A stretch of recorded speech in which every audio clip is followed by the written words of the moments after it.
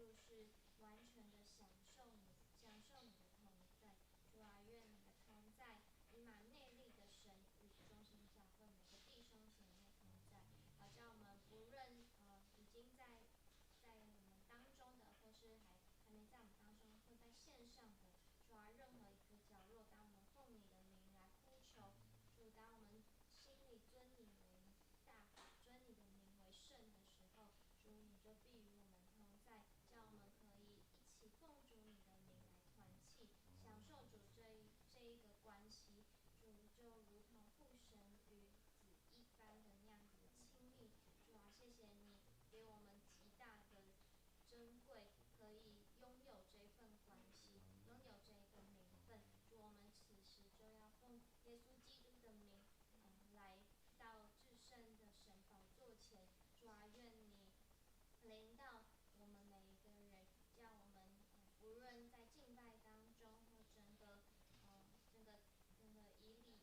以礼拜讲道以诗歌，任何一个细节，主我们都是以敬拜敬畏你的心来到你自己的跟前。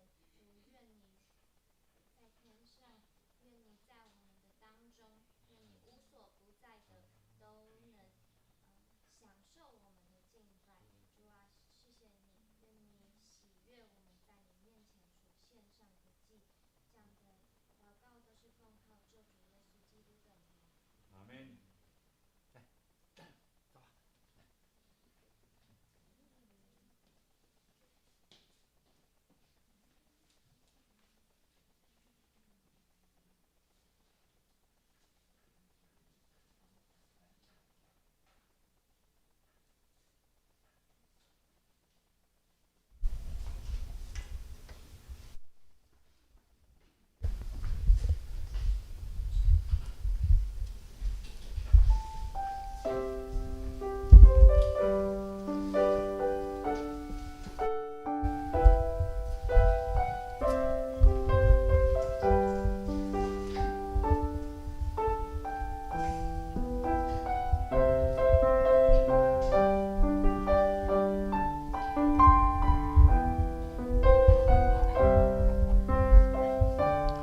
你们要赞美耶和华，我的心啊，你们要赞美耶和华。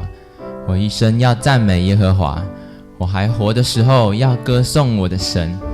让我们一同起立来赞美，来把我们的盼望放在神面前。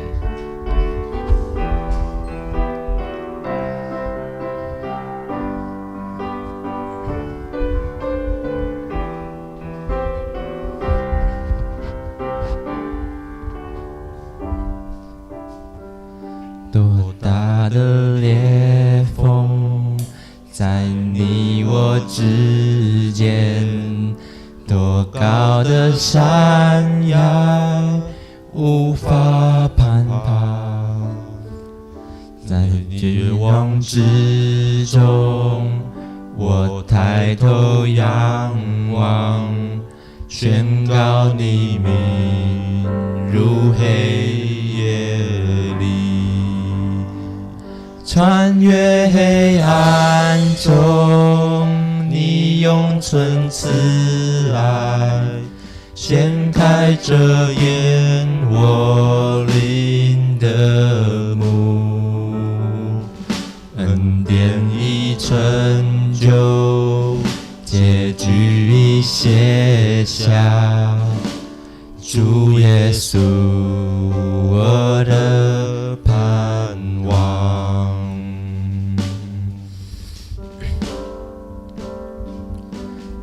能够设想这伟大怜悯，谁能够领略无限恩典？永恒的君王舍弃了荣耀，穿戴我罪，承受羞辱。释迦已诉说，我已被赦免，万王之王称我属他。荣美的救主，我永属于你，主耶稣，我的盼望。哈利路亚，哈利路亚，赞美他释放我心。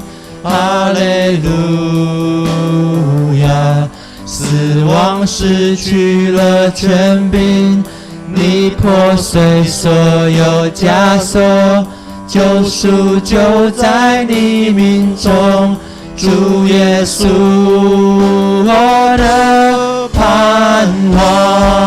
哈利路亚，哈利路亚，赞美他释放我心。哈利路亚，死亡失去了权柄，你破碎所有枷锁，救赎就在你命中，主耶稣，我的盼望。我们把我们在这礼拜当中所遇到的所有困难，我们遇到所有的不如意或者是感恩的事情都摆上，因为主耶稣是我们的盼望，多大的裂缝他都可以帮助我们，在多黑暗的地方他都不致离弃我们。我们将我们所有的盼望都摆上，求他与我们同在。我们一起在大声高唱哈利路亚，赞美他。哈利路亚，赞美他释放我心。哈利路亚，死亡失去了权柄，你破碎所有枷锁，救赎就在你命中，主耶稣，我的盼望。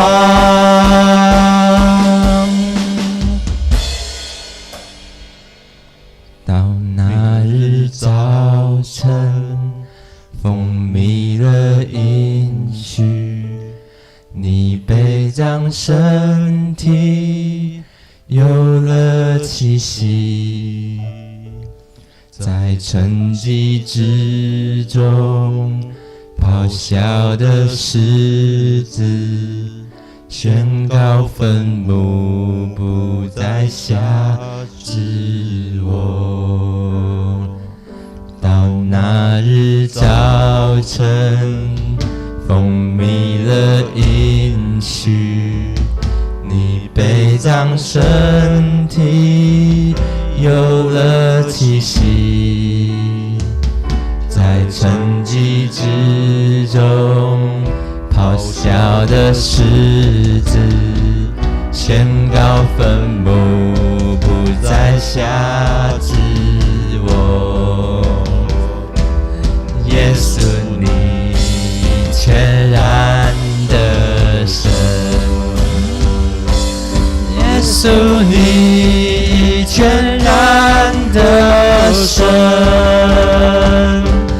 耶稣，你全然的神。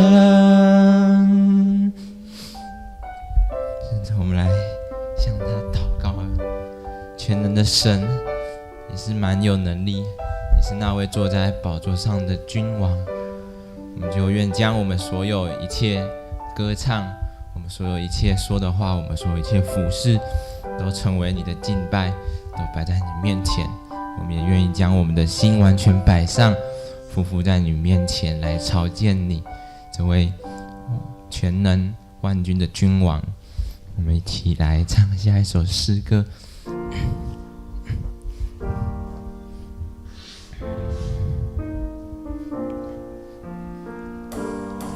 圣洁的耶稣与我们同在，因为他就是那位坐在那里的君王。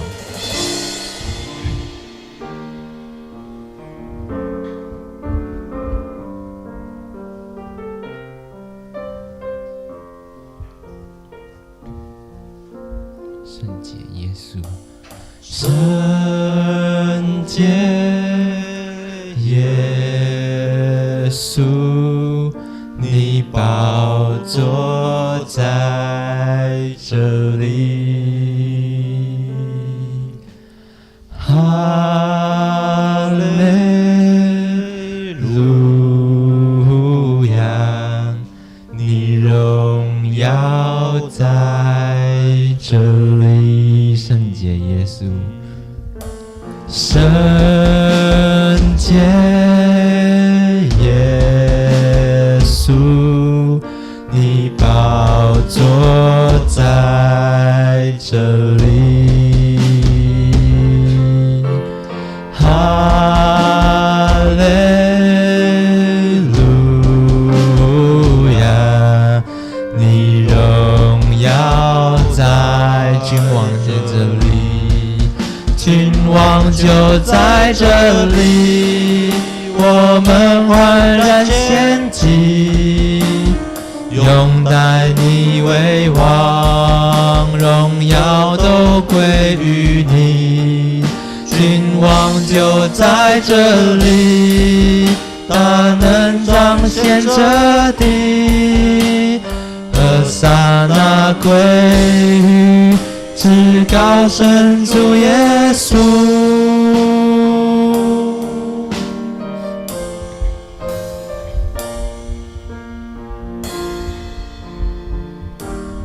圣洁耶稣，圣洁耶稣，你宝座在这里。哈利路亚，你荣耀在这里，君王就在这里，我们焕然献祭，拥戴你为王，荣耀都归于你。君王就在这里，那能彰显这地，和撒那归于至高神主耶稣。君王就在这里，我们焕然献祭，拥戴你为王，荣耀都归于你。君王就在这里，大能彰显这地，和撒那归于至高神主耶稣。让我们来呼求他的降临，呼求他与我们同在，让我们呼求他的名，因为直到那日的时候，他会再来到我们当中。让我们向着他，看着他，更多的呼求他，更多来高举你的名，更多来呼喊你的名，更多来承认你是主，直到那日我再见你的更多来高举你的名，更多来呼喊你的名，更多来承认你是主，直到那日我再见你的面，更多来高举你的名，更多来呼喊你的名，更多来承认你是主。直到那日我在天地里面，君王就在这里，我们焕然献祭，拥戴你为王，荣耀都归于你，君王就在这里，大能彰显这地，和撒那归于至高神主耶稣。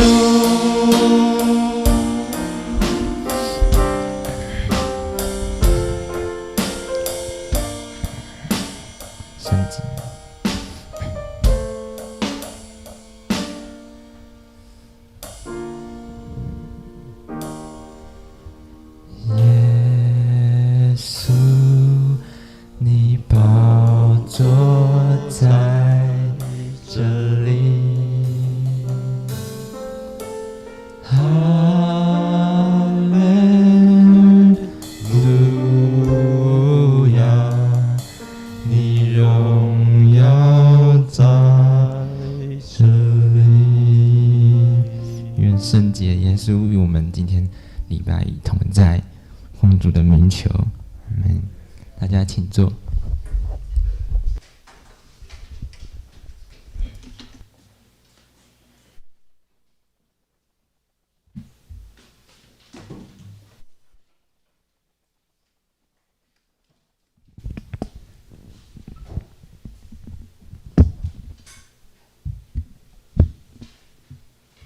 哈利路亚，君王就在这里。接着我们来领受神的话语。神的话语记载在马太福音3章1到6节。马太福音3章1到6节由我来读。那时有施洗的约翰出来，在犹太的旷野传道，说：天国近了，你们应当悔改。这人就是先知以赛亚所说的。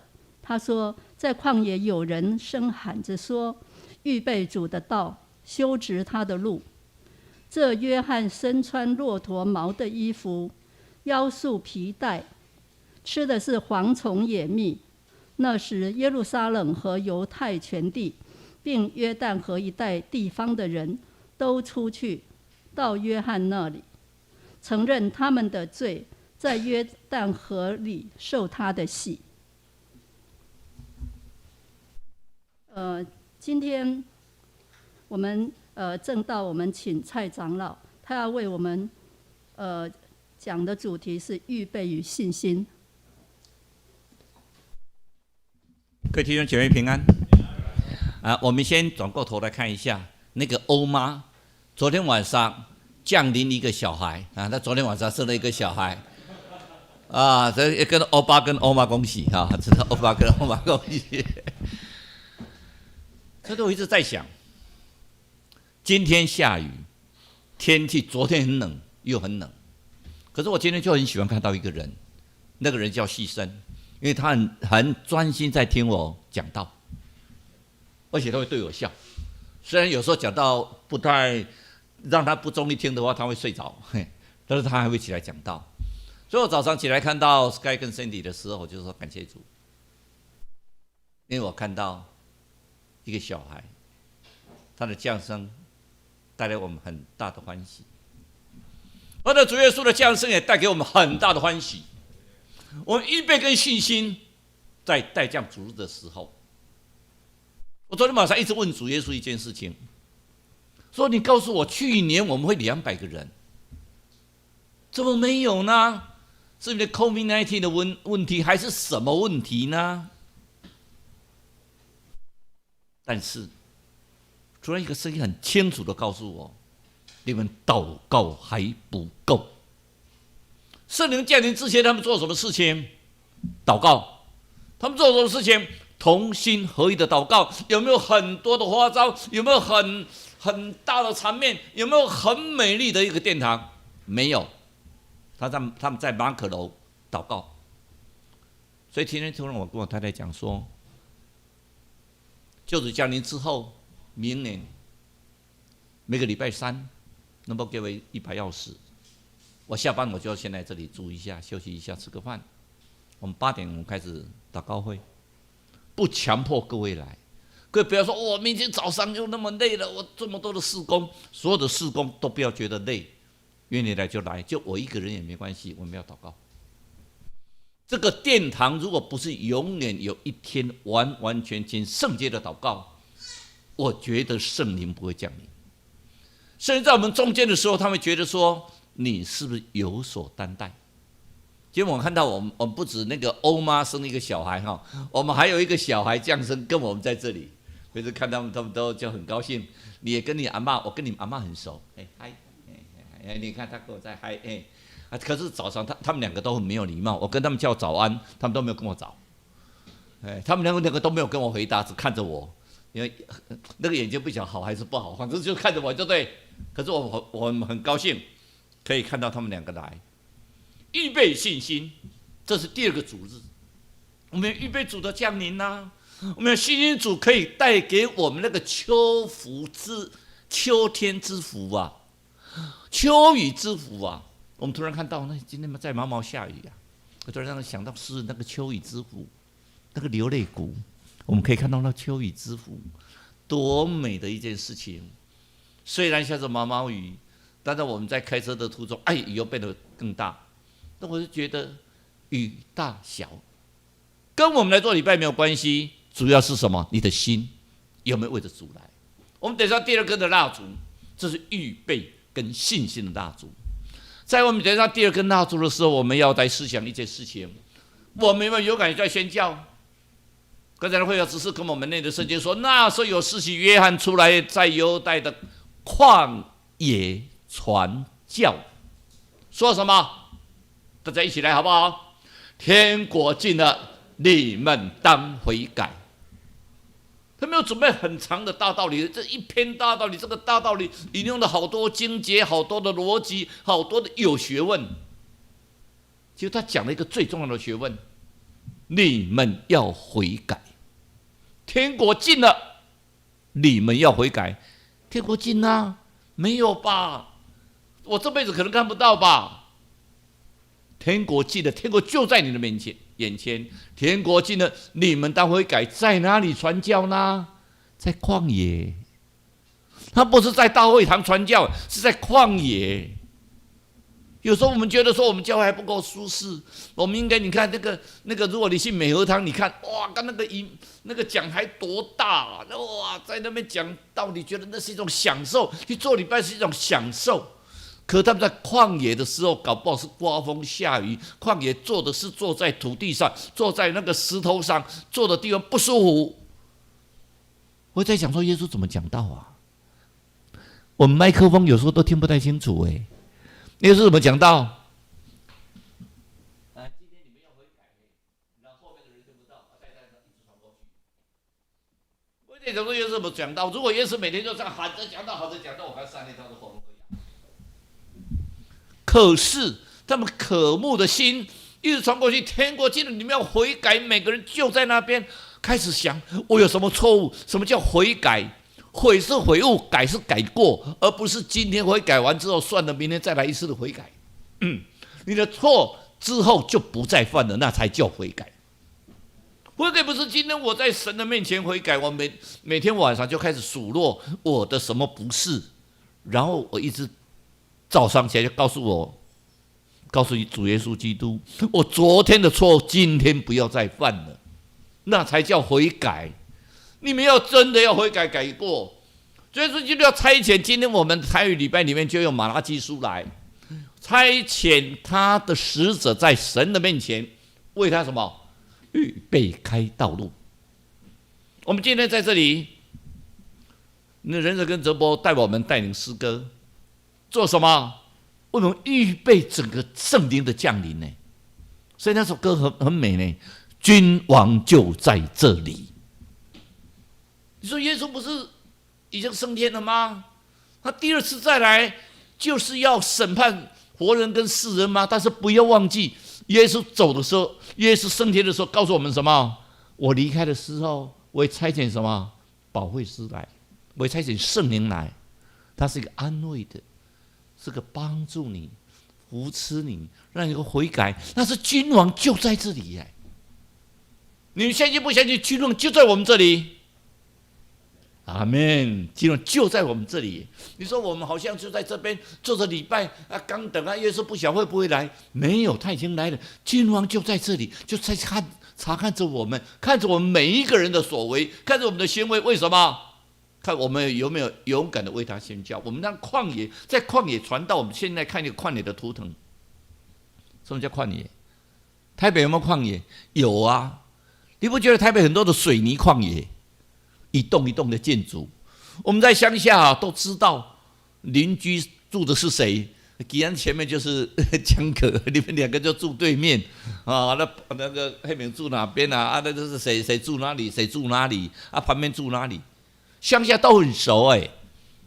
我问各位，你问问看，你隔壁住谁？都市哎。你楼下住谁？当然，我们宿舍大家都很熟了。我楼下就住陈哲元，旁边就住那个陈哲生，以前长荣大学校长，现在当考试委员。但那是宿舍如果去买一间公寓的时候，你去回想看看，你住在公寓里面，旁边是谁？楼下是谁？楼上是谁？你不知道你说你这样欺负我，蔡崇义，你这样讲这种话，真的是很不厚道。我跟他们都很熟。No。大家都很忙，他也很怕，他们也很怕你去他家打扰他。就像那个我旁边那个考试委员陈启生，有时候说：“哎呀，要陪你聊天。”可是我看到你每天那么忙哦，他真的比我还轻松啊！看到你那么忙，我都不好意思走过去，所以他只有偶尔拿个东西来，我都不会反对哦。拿东西给我吃，我都不会反对。但是实在是说真的，聊天，我们都在楼梯口聊天，两个住隔壁在楼梯口聊天，为什么？大家都很忙。所以这个我们忙得到什么？水泥的旷野，我们就在台北市，就住在旷野里面。你相信吗？你觉得台北市的房子这么多，房子一直涨到我现在都不敢再提买房子的事情了。以前觉得还有存了一点钱要买一间房子，已经买了3年之后就放弃了，根本不要买了。我就去问阿旺看没有多的房子以后可以住。但相对的，我觉得我都不急啊。反正国家就会给我房子啊，大不大啊？小了一点而已啊。万一国家不给我房子的话，我等着就回台南。我台南还有2间房子啊，官地就103坪啊。虽然不比吉安的那个过购的房子更大，但是还是很大的一个房子。我们接着看到什么？快点，政治的旷野啊！你们发觉到台湾4大公投之后有中2选举，之后9合1大选，每一天你电视打开就是这边叫那边叫，核四有问题，这个公投版大选有问题，岛礁有问题啊，什么有问题？我每天都在叫这些问题。那有时候你们尖山要不要插一脚？我说尖山是中立的，不要插一脚。所以有时候对他们去开记者会，我还会反弹呢。那个我们记者是一个报告完之后，我们去开个记者会，那之后我就希望说我们保持中立。不管虽然是执政党提名，可是监委还是要中立。我们在中立耶。我礼拜5去台东，其实3天来他们已经做一些巡查的行程，行程是袁长寿先生安排的，非常的美。他们说你在台东当院长，为什么你不去？我说我实在是说真的，我每天晚上都没有时间呢，我哪有时间去？我说今天去的话，我都不知道说我这2篇讲道怎么来。我们那个神学院，我的神学技术很差，我的圣经也很差呢。我准备一个讲道，我要准备1个礼拜2篇，勉强可以讲道。所以这次的事工研讨会，他们说我们能不能请一个青年专门来负责我们事工的这些，算是传道干事之类。我非常的赞成，我每天都在祷告这件事情。如果今天我在我40岁的时候，我就做你们青年的干事。我们曾经有那一段在大观教会的日子，从8个到80个1年。那时候我们全身的投入，可是我们希望就是有一个专门的干事来，这个专门的传道来，专门的干事也好，你不管给他什么名称，然后他完全专注在这些青年的事工上，把青年整个都赚大。每一个事工都是上帝所允许，上帝所怜悯，上帝所应许的，但是前提是什么？祷告。我们有时候做礼拜，但是我们忘了一件事情：祷告。我们有2年这么好的时间，在 COVID-19 时间，让我们在家里好好祷告，你有吗？我们现在我们那个 mini 2岁多，他要睡觉以前都会做一件什么事情？阿嬷祷告，然后看到阿公还在祷告，阿公还没祷告完呢，阿嬷我要再祷告。他每天晚上要睡前就会搀着阿嬷祷告，2岁多就搀着阿嬷祷告，然后之后他会自己祷告。他说我要自己祷告，可是说真的语焉不详，所以不得已要讲一句，他跟着一句。我每天这次口水战之中，我们看到什么？军事的旷野。我们看到没有？今天又是中国的飞机几架要飞过来，那边的飞机过来。为了这个，我不是说上礼拜我特别去国防部一趟，看到他们的备军的状况怎么样。现在大家开始又叫了哦，我们教召要找很多人来教召哦，教召的时间拉长哦，而且是真枪实弹哦。我们慢慢，以前我们当2年兵、3年兵，我们还有当过3年兵的，那种特战部队是3年兵，当2年兵，当2年兵、3年兵。那时候我们就当兵，觉得说理所当然，不合理的训练叫做磨练，合理的训练叫训练。可是慢慢的，我们说只有4个月，这个4个月大概就是让28度，天气只要比较热，不能跑步，所以我们当出来都是少爷兵。我不否认，都是少爷兵。以前说好难，一定要当兵啊！当兵完之后你才是成年人，可是现在当兵完之后，不见得是成年人。所以我们相对的。就像我们念过神学院的人，我觉得不见得是传道。我讲这话，可能很多神学院念过的人非常不服气。你念过神学院是具备你圣经的基础，你要开始认真的传道，用你的心开始实践，那个才叫传道。耶稣准备30年呢，耶稣的旧约的程度，连那些法利赛人、那些文士、那些大祭司都吓一跳。可是他还是准备了30年，才开始出来传道。3年半，就世界上没有一个人讲道比他好，而且他在哪里讲道？在旷野。你们在旷野讲道，我们在军事上的冲突，而且现在是什么？疫情的关系又是更多。这些疫情我们本来说用希腊字母一直排到这个南非的时候，我们都认为应该排到 NU， 可 NU 跟那个新又一样。所以他用发明一个名词，我们从英国的那个阿尔法病毒到那个什么，到另外的那个我们有一个 Delta， 那个现在最多的就是 Delta 病毒。那之后南非又跑出一个病毒，O 字开头的，这是怎么念？其实这个 O 应该用希腊字应该念 R 才对 ，Omicron。可现在我们都用英文来念 Omicron。其实那个告诉我们说，我没空。今天每一个人都告诉我没空。当我们在宣教的时候，告耶稣为什么特别用这个字眼？为什么不用 new？ 不是用新的病毒？这个字眼告诉我们，你不要讲你没空。大家都很忙啊，你有空传教吗？等我有空我才来传教，现在我没空。我想这是魔鬼取的名字，要告诉大家都没空。所以在这个病毒来太厉害了，大家都没空，最好都躲起来，连教会都不要来，因为我没空。我明天要挑战各位看看你有多少时间，但是不要勉强。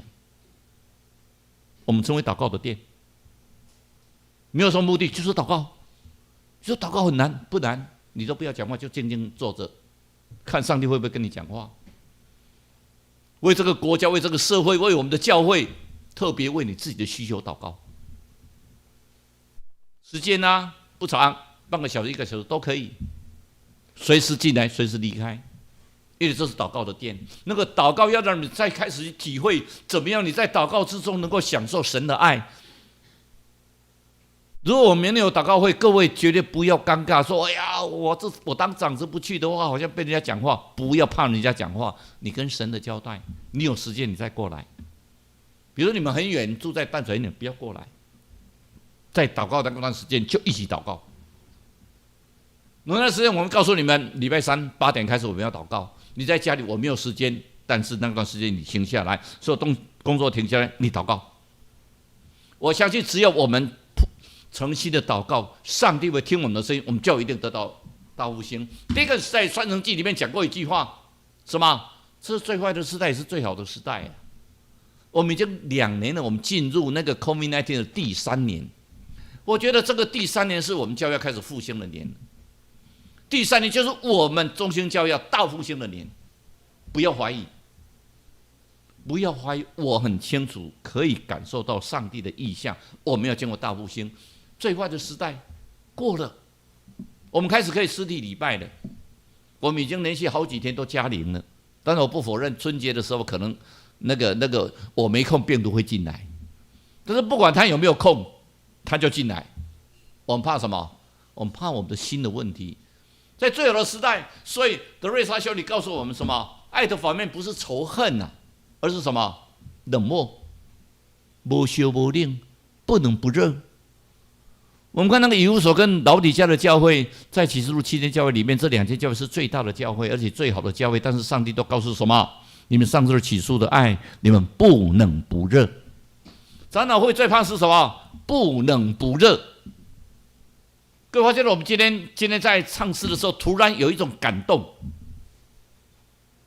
我们今天的那个人均还去跟那个 Sky 讲说，站岗的地方我们鼓把它特别敲出来，为什么？感动。我们真的要开始付出我们的行动，不要怕，不要惊慌。神跟我们同在，我们就会得到大复兴。就像当初以色列人出埃及的时候，摩西去找那个法老王，那个法老王因为已经经过几代了，本来他们是兄弟嘛，可是他已经离开了40年再回来，那个人根本不认识他了，大概只听过摩西的一些历史。他说：“我们耶和华我们的上帝跟我说，让我的子民什么？”那摩西跟那个法老王说：“耶和华上帝跟我说，让我的子民到旷野里面过节来敬拜我。”让他们在旷野过节来敬拜我。他说：“耶和华是谁？我又不认识，我为什么要让你们走？”所以有首歌很有名，说 ：“Let my people go， 让我的子民走吧。”我们就出埃及。你能不能走出埃及？你们能够走出来吗？除了你们进入旷野之外，你们能够走出来吗？你们走出来的时候，再勇敢的走出来。除了我们在这里做礼拜，我们明天可能开始会小组里面会开始在给你们写问题，写一个你觉得这个朋友可能来信主。就像世新足球队，可能各位对他们讲说，他们只来做一个礼拜，大概也要跟我们教会没什么关系。可是不要忘记，福音的种子撒在他们身上，不见得是中间教会的人。但是里面天就有3个人在问说，能不能去教会？他们会找附近的教会。够了，我们不是为了中间教会因为全世界的教会那么他们这次的比赛一直赢他们说：“哎，都是你们帮我们祷告的。”居然每天都差不多12点的时候，他们就会传过来说：“哎呦，你们都我们帮祷，我们今天又赢了政大。他们政大本来是不可能赢他们的那个学校，什么设备都好，什么都好，可是他们都居然赢了。为什么？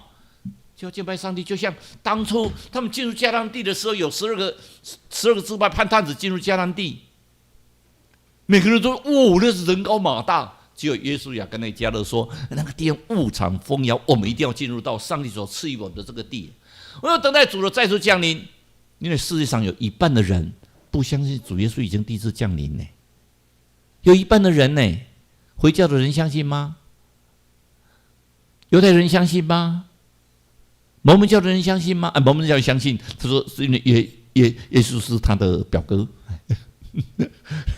东方闪电人相信吗？还相信，因为耶稣是他的以前的先知，他现在道成肉身，所以东方闪电的人那是全能神教会，他是在了的耶稣。但是我们相信世界上真的是有一半的人不相信。一个很重要，宁愿烧尽，不愿朽坏，是马偕博士告诉我们的。各位如果有到我的办公室里面，我的会客室有特别挂的一幅我爸爸写的，宁愿朽坏。宁愿烧尽，不愿朽坏。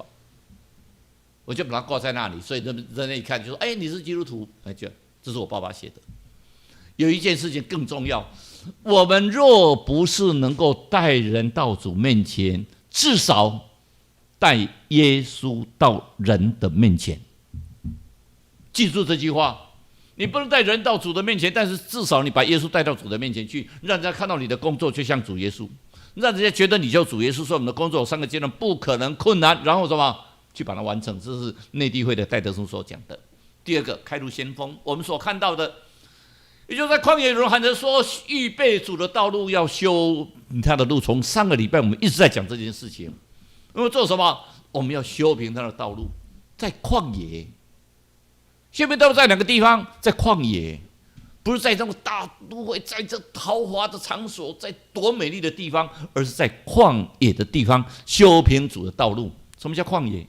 我们说旷野里面所做的，我们要走入在旷野里面，因为有人喊着说预备主的道路在旷野里面，我们要在旷野，在最没有人，在最不可能传教到最困难的地方，我们要去做宣教的工作。我们所看到这个史怀哲医师，他有3个博士在英国拿到博士不简单他有哲学博士，有医学博士，有音乐学博士，尤其他对巴哈的那个 pipe organ， 就是那个管风琴，他是非常的厉害。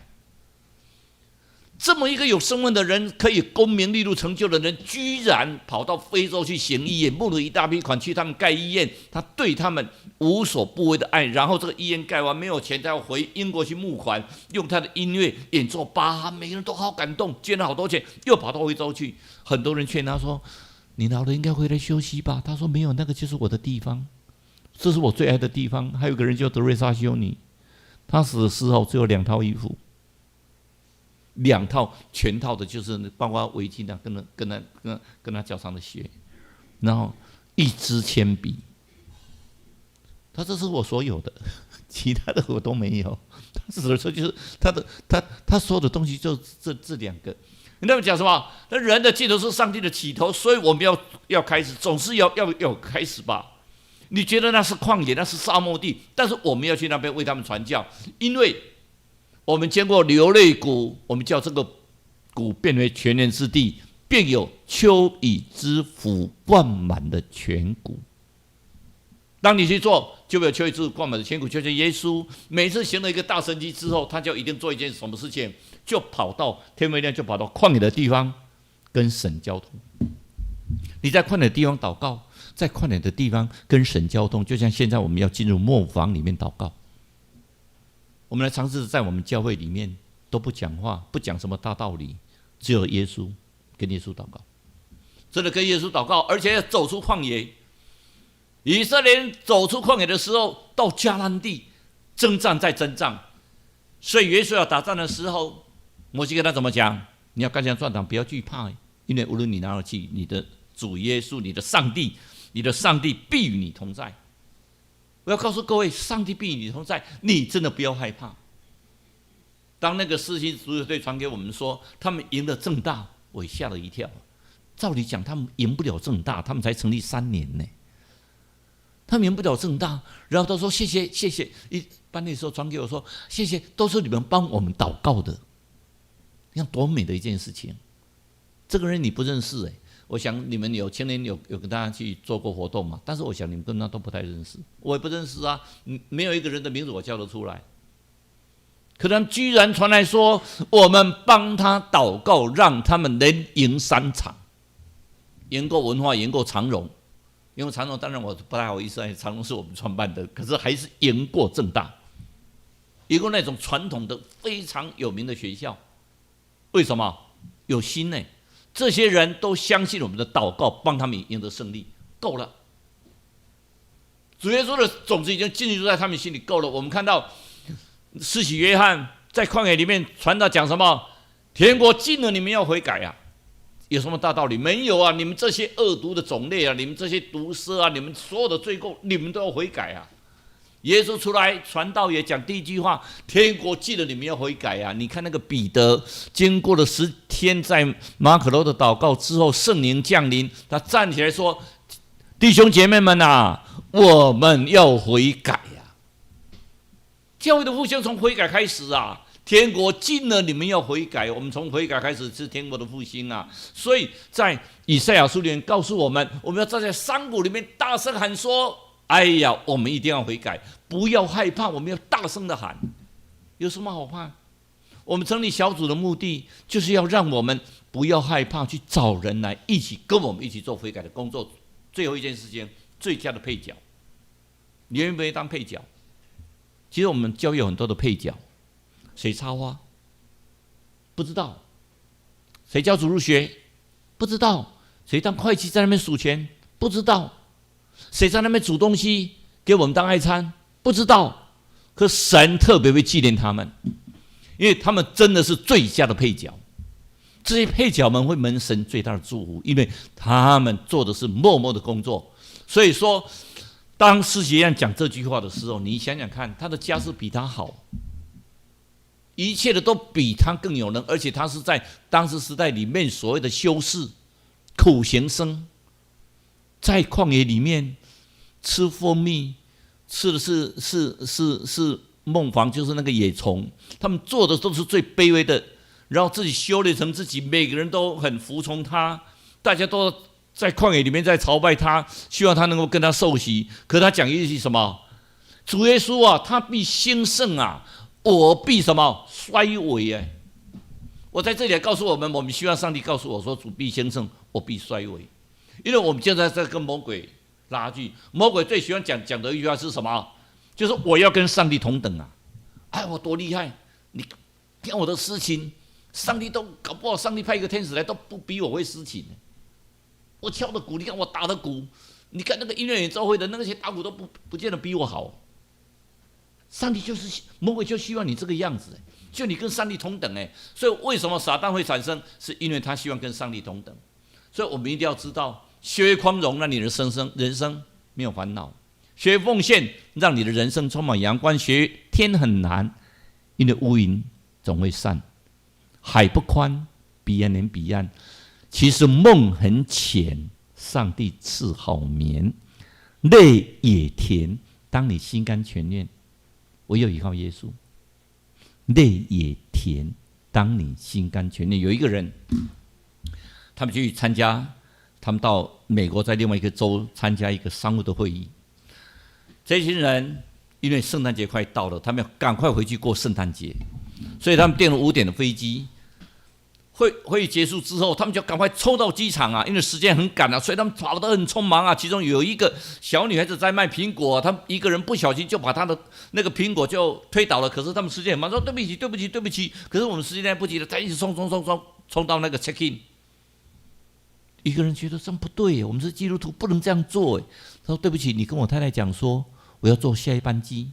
但那个人他说时间来不及了啦，你跟我太太讲我要坐下一班机，再就折回来。跟那个女孩子看那个苹果还撒满地在那边，他一个帮他捡，他就发觉到那个女孩子是瞎眼呢，眼睛看不到，所以他在那摸苹果，他就一颗一颗帮他捡起来。那小女孩子她说：“我如果不买苹果的话，我今天晚上没有饭吃，所以我妈妈不在，我爸爸每天都烂醉如泥。我如果苹果没有卖完，他一定打死我，所以我今天都没有卖到。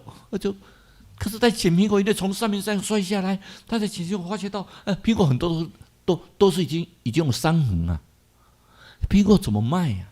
把它捡完之后，小女孩。”你苹果有在卖吗？他说当然有啊。一颗多少？一颗5毛钱，美金5毛。这样啊？能不能？他说我家里最喜欢吃苹果，他就用一个袋子把那些烂的赶快捡到那个袋子里面，捡了10几颗，那就拿一个10块美金给他。他说我跟你买吗？谢谢，我今天本来做不到生意，既然谢谢你给我。那个女孩子突然抬起头来讲一句话：你是耶稣吗？他突然愣在那边，你是耶稣吗？就像我们不能把人带到耶稣的面前，我们能不能把耶稣带到人的面前？当你做的行为让你觉得说你是耶稣吗？那个就是让我们知道说我们要做的是主的恩典在你的身上。你难道忘记主的恩典了吗？主在你身上做了多大的恩典？那个记号就是一个恩典的记号。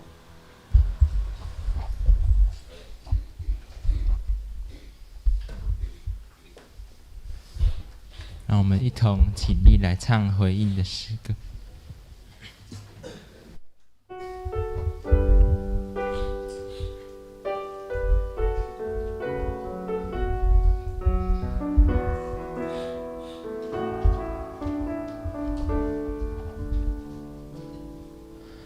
在大海边，才发现自己是多渺小。登上最高山，才发现天有多高。浩瀚的宇宙中，我真的微不足道，像灰尘消失也没人知道。夜空的星星仿佛在对着我微微笑，人生告诉我一切他都看见了。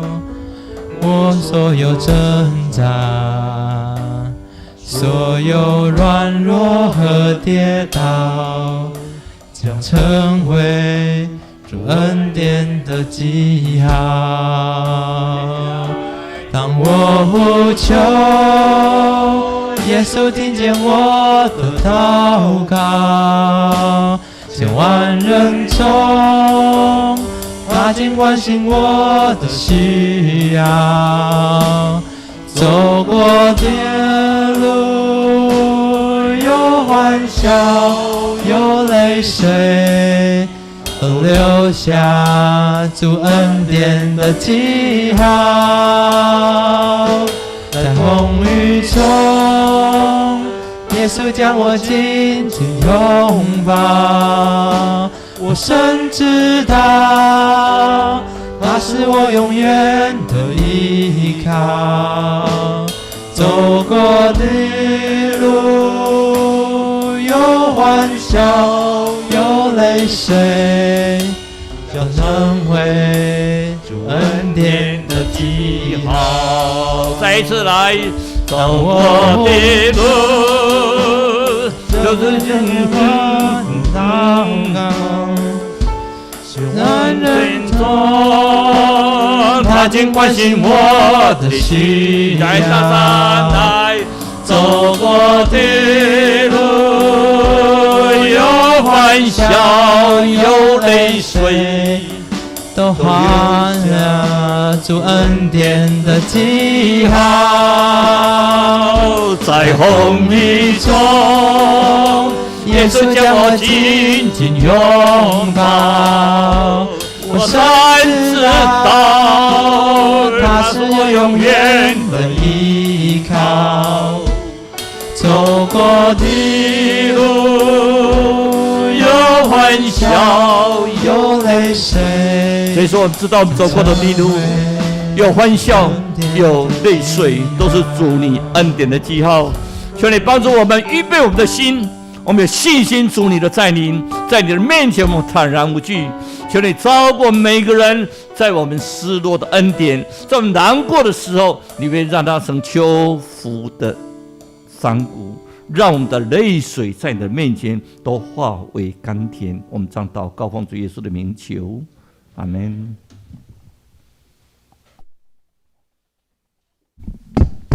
我们依然站立，我们用奉献来回应神的爱。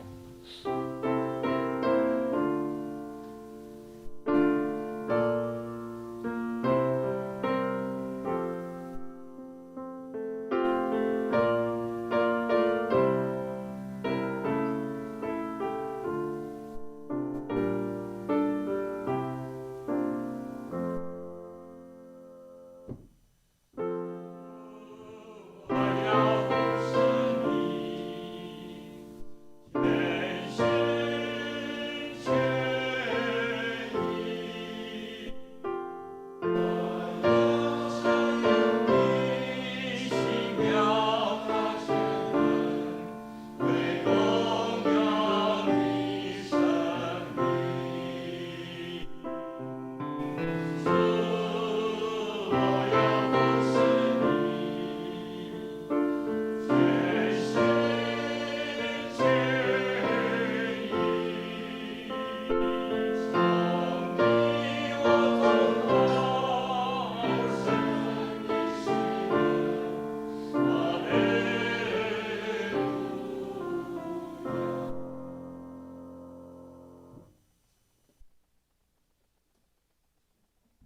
好，请坐。下面我们来今天先来读一下今天的金句。金句是马太福音3章1至2节。我们一起读。那时有施洗的约翰出来，在犹太的旷野传道，说：天国近了，你们应当悔改。再一次，那时有施洗的约翰出来，在犹太的旷野传道，说：天国近了，你们应当悔改。再来消息报告，我简单讲一下。那个之前我们开会，然后有选出明年度的长职他们的职分，请自己看。然后呢，预定明年的和会时间是2月27号。再来，另外呢，有一个就是那个谢长老哈，他就是邀请我们12月10号晚上7点半在怀恩堂 YMCA 有圣乐的那个音乐会演出哈，那这是无需购票的哈，可以自由入场哦，大家一起共襄盛举。下面那个祷告肢体交通代祷的事项，我们特别为严光正长老全家，还有袁信宏弟兄全家，为他们的呢一些信仰等等的祈求。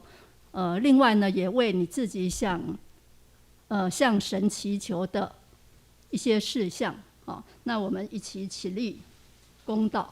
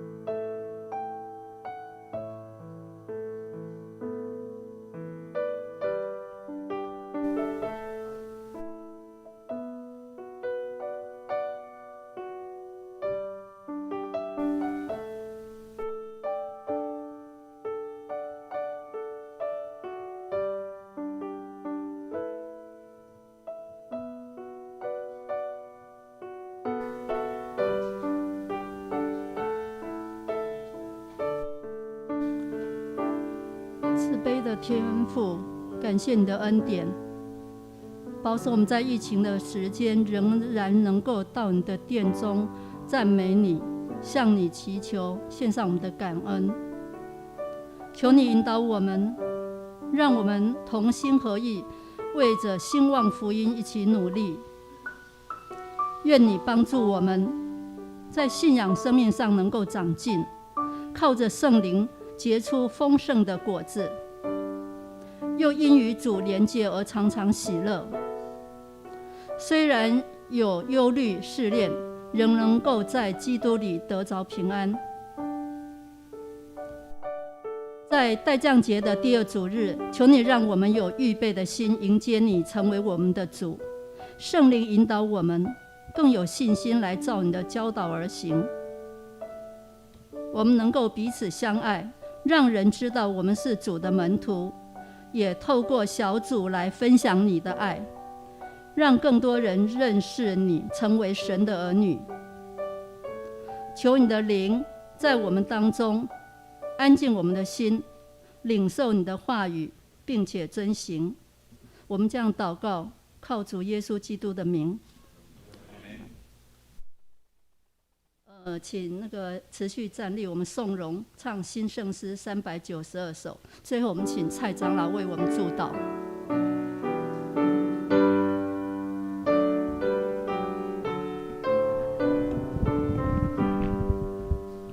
赞美一生万福之源，天下苍生都当颂言，天上万军也赞之名，同心赞美父子圣灵。阿门。愿主耶稣的慈爱、上帝的恩典、圣灵的交通、扶持帮助与你们每一位同在，特别与我们在座的2个小 baby 同在，让我们得到主你的赐福，从今时直到永远。阿们。阿们。